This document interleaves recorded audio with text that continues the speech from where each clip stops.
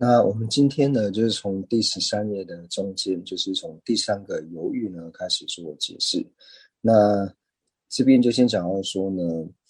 犹豫呢，就是由自己本身的力量呢，对于恶端呢起怀疑的这个心所，那这个呢就是属于犹豫的现象。那犹豫和相应它的这个意识呢，就像他的心王，还有伴随着犹豫而生的其他的这些受呢，并不是由犹豫，并不是透于他们自身本身的力量而起恶端的这个怀疑。那所以这里呢，我们这边是讲非量的部分。那非量前面呢，我们已经讲完了视差异，还有颠倒之。那今天呢，就是从犹豫开始做解释。那我们先看到这个现象呢，就讲到说，对于自身透由智力呢，就是以智力呢于二边产生疑惑的这个心所呢，就是疑的这个现象。那同样的呢，我们可以把后面这个心所呢，就是在解析这个现象的时候呢，我们可以把后面这个心所呢，可以理解为是由于它的体性。那前面呢，就是以智力于二边产生怀疑呢，于二边产生疑惑呢，这个是属于疑的作用。所以同样从现象呢，也可以把它分为就是怀疑它的、犹豫它的作用呢，以及它的体性两者。所以呢，我们就讲到说呢，由智力于二边呢产生疑惑的这个心所呢，那讲到心所，提到说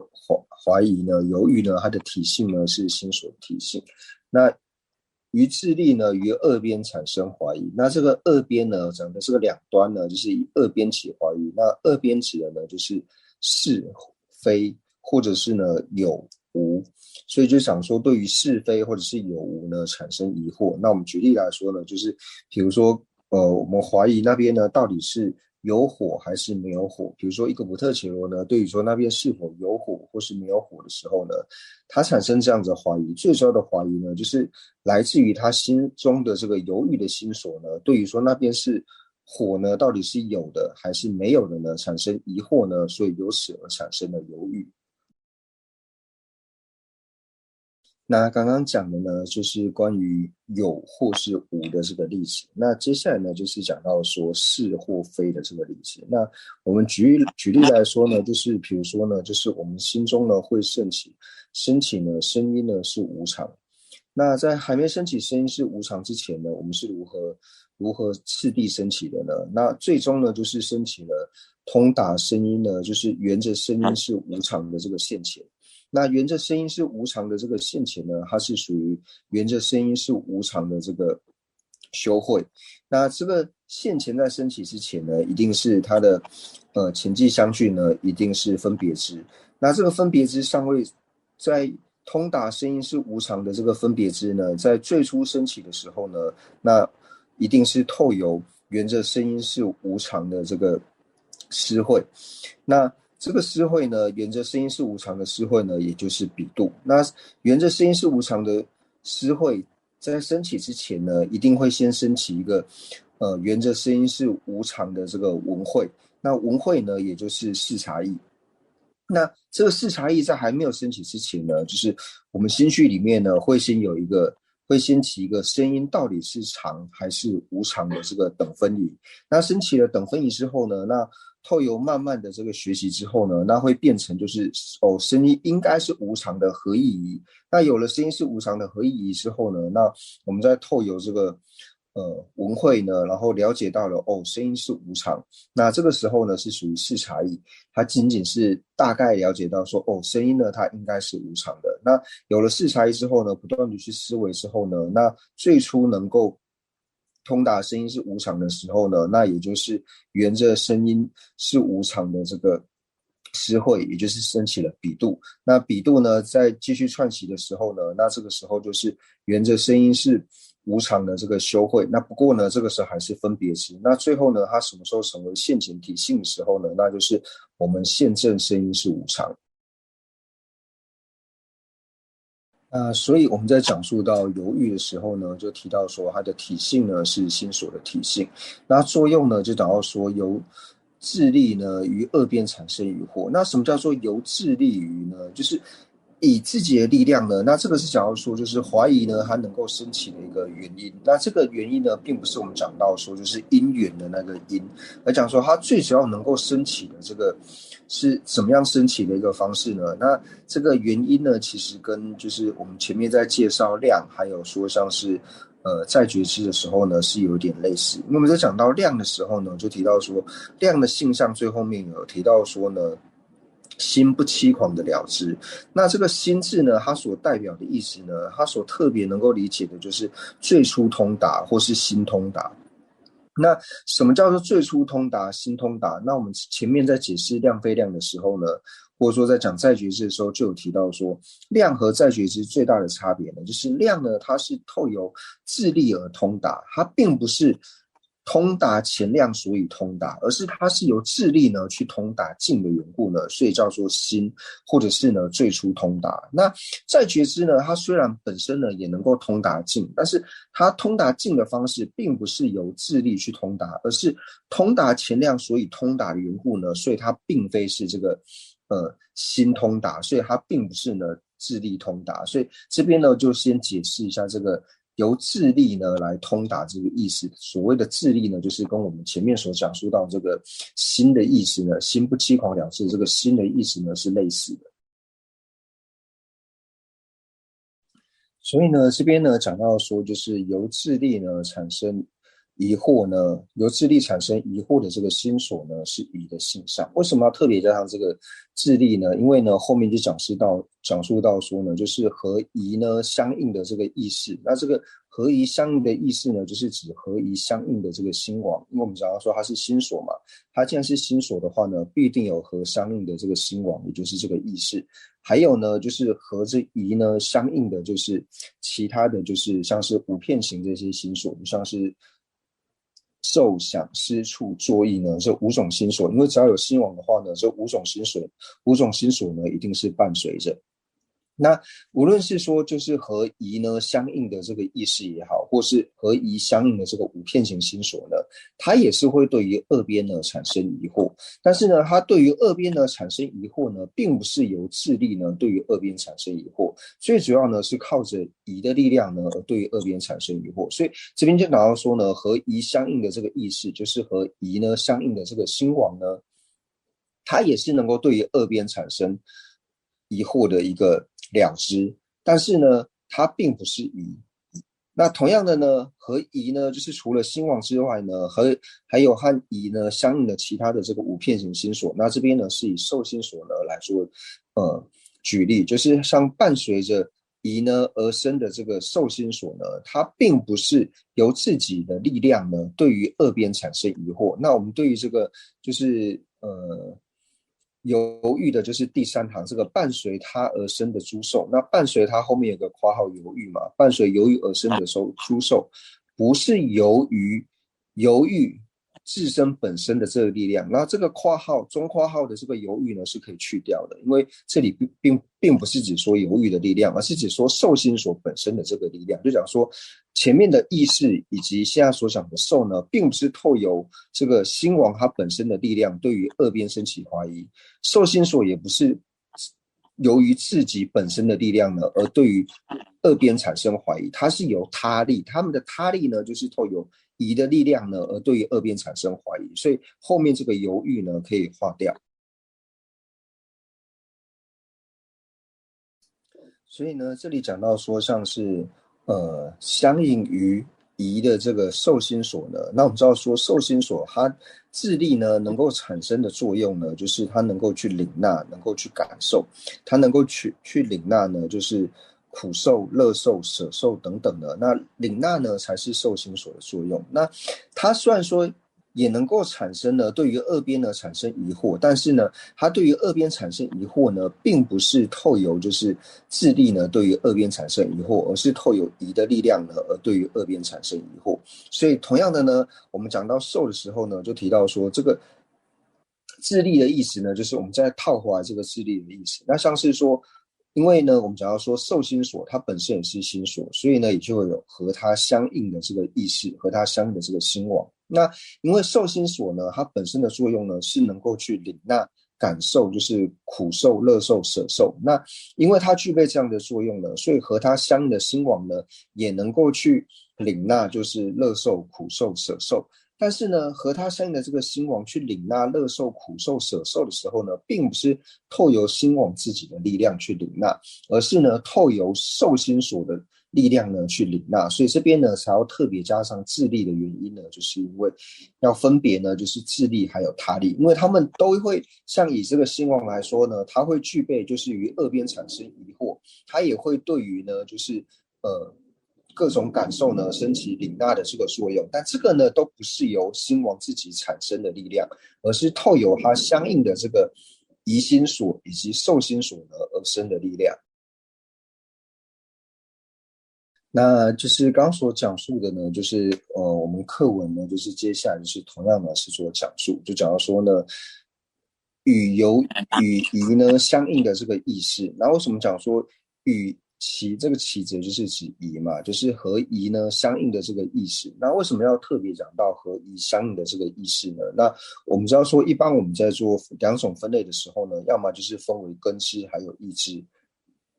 要么就是分别知，还有无分别知；要么呢就是心王心所的这种分类。那我们知道说，只要是了知的话呢，它要么就是根知，要么呢就是意知，或者说呢，只要是了知的话，它要么呢就是分别知，要么呢就是无分别知。那这里为什么要特别讲到说和疑相应的这个意识呢？因为我们讲到说，就是讲到所谓的意识呢，就是我们提到说意还有识这两种呢是同义的嘛，意和识，意、识、心三者是同义的。那这边讲到意识，这边的意识呢，指的说它本身是意之体性的识，所以就是提到说，它既然是识的话，就表示说它是心王。那这个心王呢，它是意之体性的心王，所以就讲到说，只要是犹豫相应的这个意识呢，一定是意之体性的这个心王。所以就提到说呢，只要是犹豫的话呢，一定会是意之。它不可能呢会是根知，所以这边才会特别讲到说和疑呢相应的这个意识。所以这边就讲到说呢，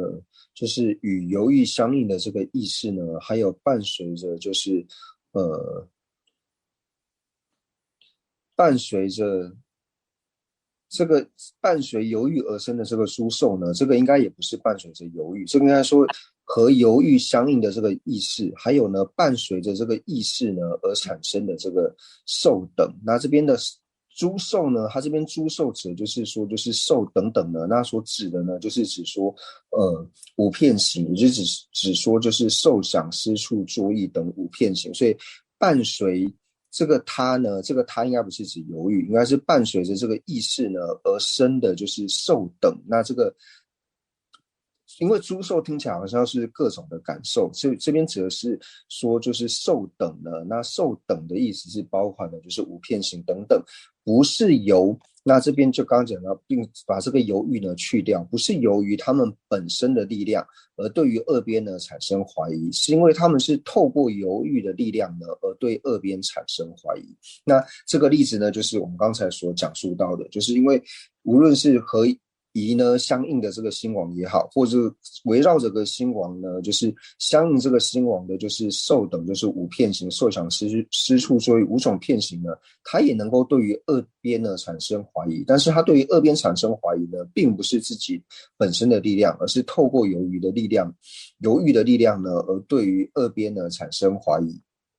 那这个就像我们刚刚所讲述的，就像是和受相应的这个心王呢，它也能够对于就是苦乐舍呢产生这个领纳的感受，但是呢，它对于这个产生的这种感受呢，产生的乐受、苦受或是舍受呢，并不是它本身的力量产生这个领纳的这个受，而是透由受的作用呢，受心所的作用呢，而产生了这个领纳的这种作用。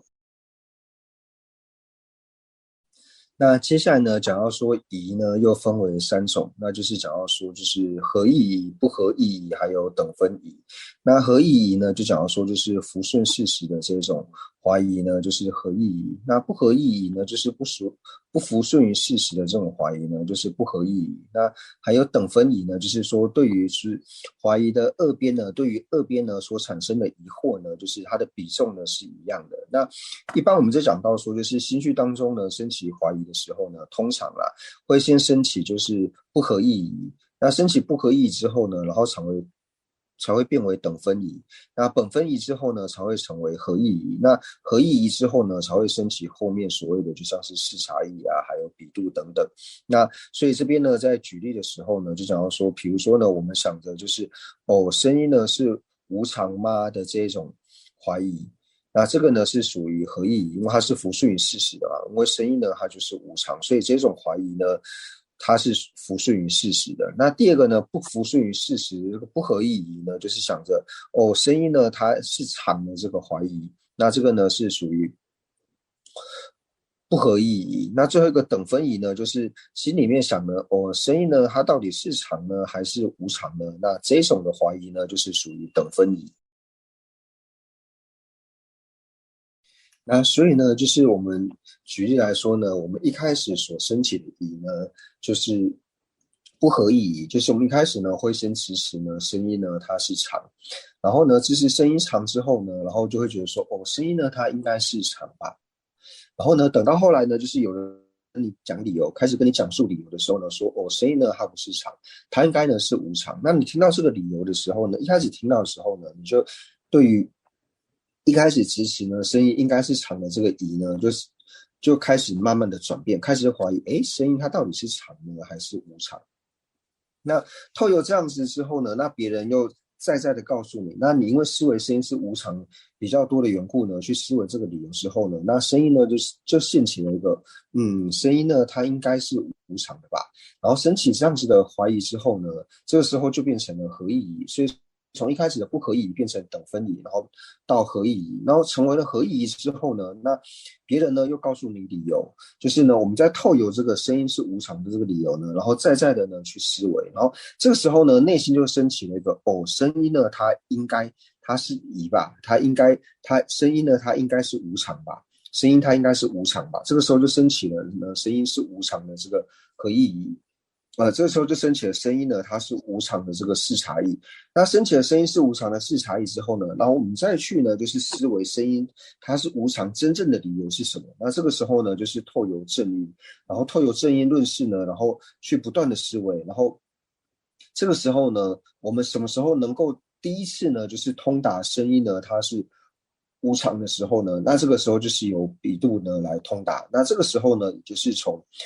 文慧呢转为了诗慧。那转成了诗慧之后呢，因为我们讲到说前面的视察意呢，就是升起了诗慧，那升起了文慧。那视察意升起文慧之后呢，然后升起比度呢，就是升起了诗慧。那升起了诗慧之后呢，我们就再的去串习声音是无常的这个道理。那在串习的时候呢，不断的串习的过程呢，都是分别知。那当这个分别的体系呢，什么时候成为现前的时候呢？那我们就是现前通达呢，声音是无常。那现前通达声音是无常之后呢，从什么时候能够现证声音是无常之后，那一直到成佛的时候，呢，它的体性呢都是属于现前的体性，那所以它的体性呢是没有差别的，而且呢，它对于它的境呢所显现的方式呢也是没有任何的差别，所以呢，这就是从一开始的就是不合意疑到等分疑，然后到合意疑，然后呢到升起就是文慧、诗慧、修慧，那修慧呢再从分别呢转为现前的体性，然后呢最后成佛的过程呢，那就是一整个呢就是透由思维呢，就是透由文思，然后到修呢所升起的一个次第。那所以呢，就是这里呢，就是我们举一个例子来说呢，就是如何从不合意义呢变成等分离，然后作为合意义，然后最后就呢就是现前通达的例子。那我们举生活上的例子来说，那以就是因为我们现在是出生在印度嘛，那以印度来说呢，就是印度喝茶呢，就像我们讲的这个奶茶，印度的这个奶茶呢，就是一定是喝热的，无论是奶茶或是咖啡，一定是喝热的，没有人呢在喝所谓的就是冰奶茶或是热奶茶。所以呢，在印度的时候，一开始呢，就是小时候是完全没有听过说有所谓的冰奶茶这种事情，所以这个时候呢，就是呢。一定会觉得说呢，奶茶呢一定是热的，不会有冰奶茶这种东西。那这个呢就是属于不合意的嘛，因为实际上是有冰奶茶的存在，但是因为呢以前听都没有听过，要是那时候小时候有人他说呢，就是那个奶茶可以喝冰的话呢，那心里绝对是完全不承许这件事情。怎么会有人把这个奶茶呢，就是拿去冰完之后拿出来喝，或者说所谓的什么在咖啡上面呢放一球冰淇淋变成漂浮咖啡这种，那对于他们来说呢，这个是不可能呢产生的事情。那后来呢，就是开始接触到一些国外的这些人的时候呢，那他们可能会说，在我们的家乡，呢，就是有所谓的冰奶茶，然后有所谓的就是漂浮咖啡，在咖啡上面呢放一头冰淇淋等等。那这个时候呢，内心就会开始想说，难不成真的是有所谓的冰奶茶吗？那到底是有冰奶茶还是没有冰奶茶呢？那这个时候呢，就从一开始的不合意义呢，变成了等分疑。那这个时候呢，就是认识的这些人呢，又会一直说，实际上啊是有冰奶茶的啊，怎样怎样怎样。那等到哪一天出国呢，就是到了有这个冰奶茶的这个国家的时候呢，然后内心呢就开始产生，应该呢是有冰奶茶的。这个时候呢，就从不合意义呢变成等分疑，又从等分疑呢成为了合意疑。那等到呢，就是到了这个有冰奶茶的这个地方以后呢，然后再去呢，就是现实呢，就是可以买到冰的奶茶，可以喝到冰的奶茶的时候呢，那这个时候就是现前通达，就是冰奶茶是存在的嘛。就是以这个例子呢来做譬喻，就是以印度人来说呢，他们是完全没有办法想象说奶茶呢是可以喝冰的。那再举一个例子来说，就是以前呢，就是比较早期的时候，那这些老法师呢，他们要去达隆萨听法的时候，比如说像是1960几年、1970几年，那他们那时候在印度，就是那时候的藏人也是比较贫穷嘛，那他们在就是这种长途呢，从南印度要去达隆萨的过程呢，那都是坐火车。那在去达隆萨的这个路程呢，那他们比如说藏人他们肚子饿的时候呢，他们都是随身的就是携带糌粑嘛。他们可能当时呢，对于印度的食物呢，就是可能也吃不习惯，那可能呢也没有那么多的钱财呢去吃这些印度的食物，所以他们随身呢都会带着糌粑。那印度呢，就是他们锡克教的这些人呢，就是他们通常就是他们的本性都是比较善良的，就是通常遇到锡克人的时候呢，就是他们都是比较善良的这种民族。那时候呢，就是藏人他们只要在那个火车站呢吃糌粑的时候呢，被这些就是附近的印度教人看到，那些印度人看到的时候呢，那他们有一些就是锡克教人很好心的，他就把你整袋的这个糌粑呢就是抢走，然后呢就把它丢出去。把那个糌粑袋给丢掉，然后呢，给他们吃饼，这样给这些藏人吃饼，然后就说呢，你们这些藏人呢，真的是，就是说你们这些藏人真的是笨蛋，这样你们怎么可以吃那个生面粉呢？面粉吃生的呢，对身体不好，是会生病的，因为他们不晓得说那个东西叫做糌粑，他们以为是说这些藏人他们在吃生面粉，所以他就说你们这些藏人真的是脑袋真的是不知道在想什么，会去吃那个生面粉的，所以就把他们的整袋的这个糌粑呢全部都抢过来，然后丢掉，然后拿饼呢给他们吃。所以呢，对于这些就是好心的这些印度人来说呢，因为他们从前呢从来没有看过糌粑这种食物嘛，那糌粑它本身就是弄完就是像我们面粉一样粉状的这种形状，所以他们从一开始呢就是先生起这个颠倒之，这个颠倒之呢就是把这个糌粑呢指使为是生面粉，而且呢他们就是认为呢这个颠倒之呢就是认为说这种糌粑它就是生面粉呢，它就是不能吃的这个颠倒之。那有了颠倒之之后呢，那内心之后呢，他就看到，因为看到藏人在吃嘛，他内心可能就会升起，这个东西呢应该是不能吃的，糌粑应该是不能吃的，这个不合意义。那不过呢，就是后来大概有听说过，就是可能听到别人在讲说糌粑的是怎么做的时候呢，他内心呢就会升起说，糌粑呢到底是能吃呢还是不能吃的这个等分疑。那有了等分疑之后呢，然后藏人呢就开始跟你解释到说，这个糌粑呢它是怎么做的，它是用什么样的谷类呢，然后去怎样怎样把这个做法跟他讲之后呢，他内心里面呢可能就升起了，糌粑呢应该是可以吃的这个合意义。那如果呢再带他呢去看这个糌粑呢到底是如何产生的，如何制造之后呢，那他内心呢就会升起，糌粑呢是可以吃的，那这个现前呢它就是可以了之，那也可以从这个譬喻呢来做解释。同样的呢，如果我们说结合着就是中医来说的话呢，那以一个外道徒来说呢，他就是如何成为佛教徒的一个过程。那一开始呢，他如果是支持外道的这个中医的时候呢，那他一定是就是支持一边的这个颠倒师嘛，因为当他是外道徒的时候呢，他一定是不会承许业果还有三宝呢是存在的，它一定是承许业果跟三宝不存在的，所以是支持一边的这种颠倒之。然后呢，它会承许说世间的造物主就是有所谓的世间造物主，那世间的造物主呢，他创造了一切。那同样的呢，他也会承许呢，就是声音呢是常。那同样呢，他也会承许呢，就是很多的有为法呢，它都是非因非缘而生的，它就是无因无缘而生的，它会有这些的程序。那这些是外道的中义，所以这个时候呢，他并没有产生怀疑，他只是有强烈呢支持一边的这一种颠倒之。那这个颠倒之呢，当他就是有听闻到就是关于佛教的这些宗义的时候呢，那这时候呢，他内心呢就会开始升起一个就是不合意义，他就会想说呢，业果就是佛教徒所讲的业果跟三宝应该是不存在的吧？这个业果三宝应该是不存在的。他这个时候呢就会升起了这个不合意义。那升起不合意之后呢，但是一直有人呢，就是跟他讲说，业果的这个概念，还有说就是透由各种的经教，就是佛陀所讲的经典，以及呢透由理路呢，去跟他讲述的时候呢，那这时候他越听呢，他就会越开始怀疑。那这个时候呢，他支持一边的这个颠倒之呢，已经没有了，因为他已经没办法支持一边，他已经开始怀疑到说呢，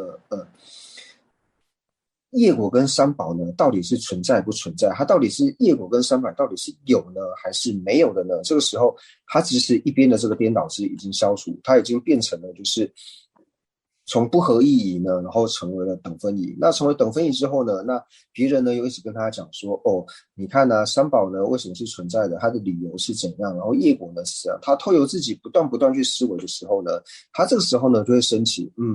这个业果跟三宝呢应该是存在的吧？这个时候呢，他的怀疑呢就成为了合意义。那这个时候呢，他也从外道的这个见解呢，从一开始完全支持外道的这个见解呢，然后慢慢的呢变成了就是堪为去路，就是佛教的这个见解。那等到呢，他的内心呢，就是透由这种方式呢，不断的在的去思维，然后透由别人所讲的，透由听闻，透由这种文汇呢，一直去思维之后呢，那他的内心呢，可能会升起一个，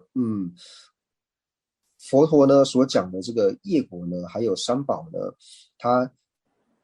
大概是存在的。那这个时候就变成了就是我们所讲的这个所谓的文慧，也就是变成了视察义。那这个时候呢，他就堪为呢成为佛教徒了。所以这个就讲说，以结合见解的时候呢，一开始从最初坚固的这种知识一边的这种颠倒知识呢，然后转成为不合意义，然后不合意义呢，透由这种思维呢，再变成等分义，然后在的思维之后变为合意义，然后最后呢变成了视察义，然后由此呢，它就可以趋入于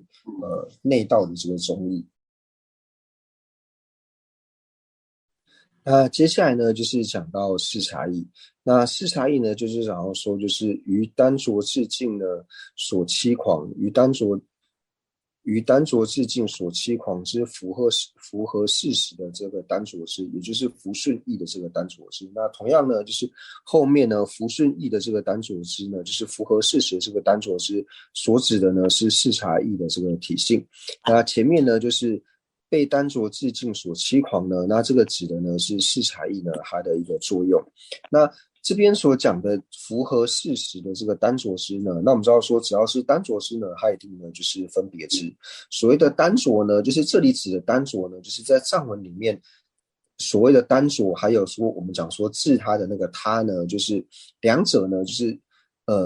音呢是一样的，但是意思呢不一样，是不一样的。那我们在讲到说，这边讲的丹浊之，那如果说我们是把它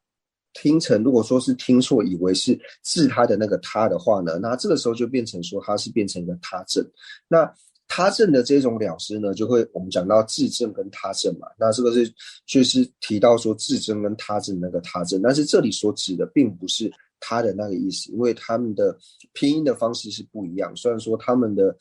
音呢是一样的，所以这里所讲的丹浊之呢，指的就是分别之。那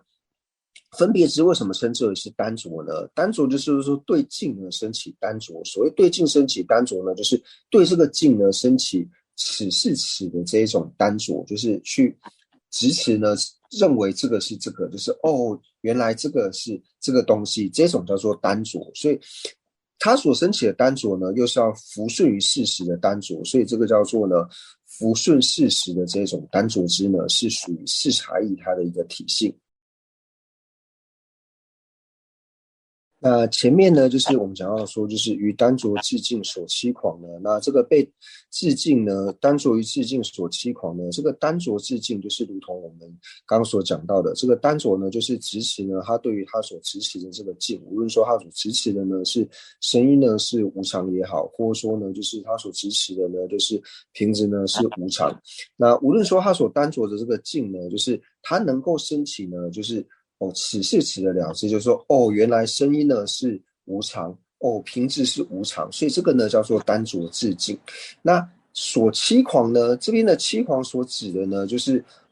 我们前面在讲到量的时候，讲到说不欺狂的了知。那不欺狂的了知，指的就是说，他对于他所通达的这个境，他所见到的这个境呢，他是能够升起坚固决定的，这种呢叫做不欺狂。所以欺狂呢，就只是说他对于他的境呢，他并没有办法坚固的去决定。虽然说呢，他能够升起声音呢是常的这种了知，但是他还没有办法完全升起一种定解。那我们也讲到，就是你能够升起此是此的这一种了知呢，是唯有分别知之外，无分别知呢是没有办法升起的。所以它这个括号里面这个问号呢，对显现境产生错乱呢，是可以直接划掉的。那这边呢，就是想请问仁波切，就是有承许说比度跟比量的性相相同，但是呢，就是性相中呢，性相中还有一个条件呢，就是同一个性相呢，不能作为两个名相的性相。那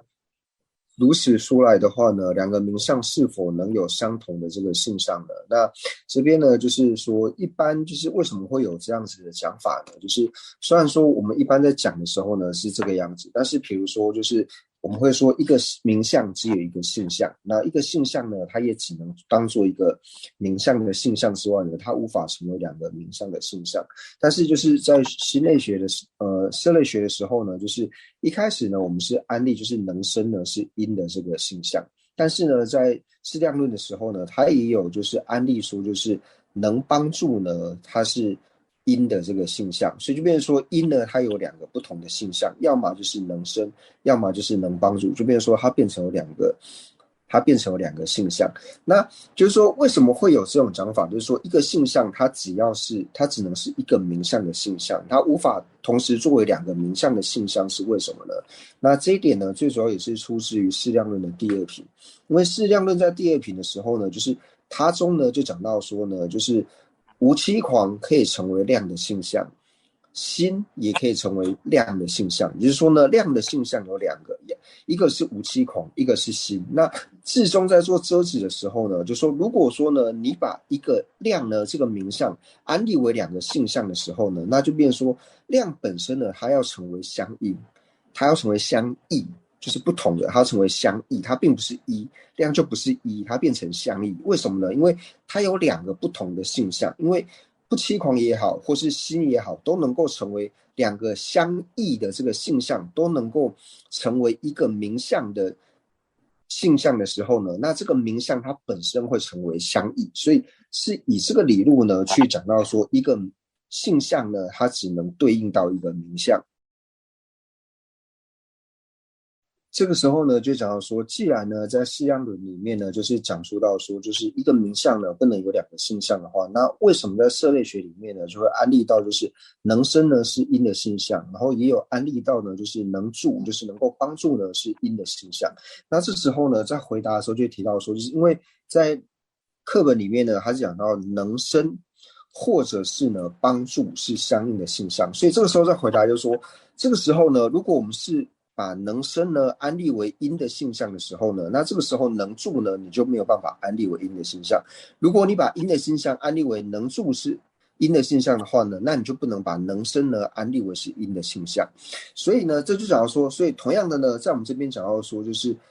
比度跟比量呢，就是讲到性相相同的时候呢，是指到说，如果你把这个性相呢安立为是比度的性向的时候呢，它就不会成为比量的性向。你如果把它安立为比量的性向的话呢，它就不会成为比度的性向。但是呢，并不会说因为比度跟比量呢，他们两个是同义的意思呢，所以他们两个的性向呢是一样的。这样子安立是不合理的，因为我们知道说像是无常和所作，无常和所作和事物呢，他们呢都是同义，但是呢，他们还是得安立各个不同的性向。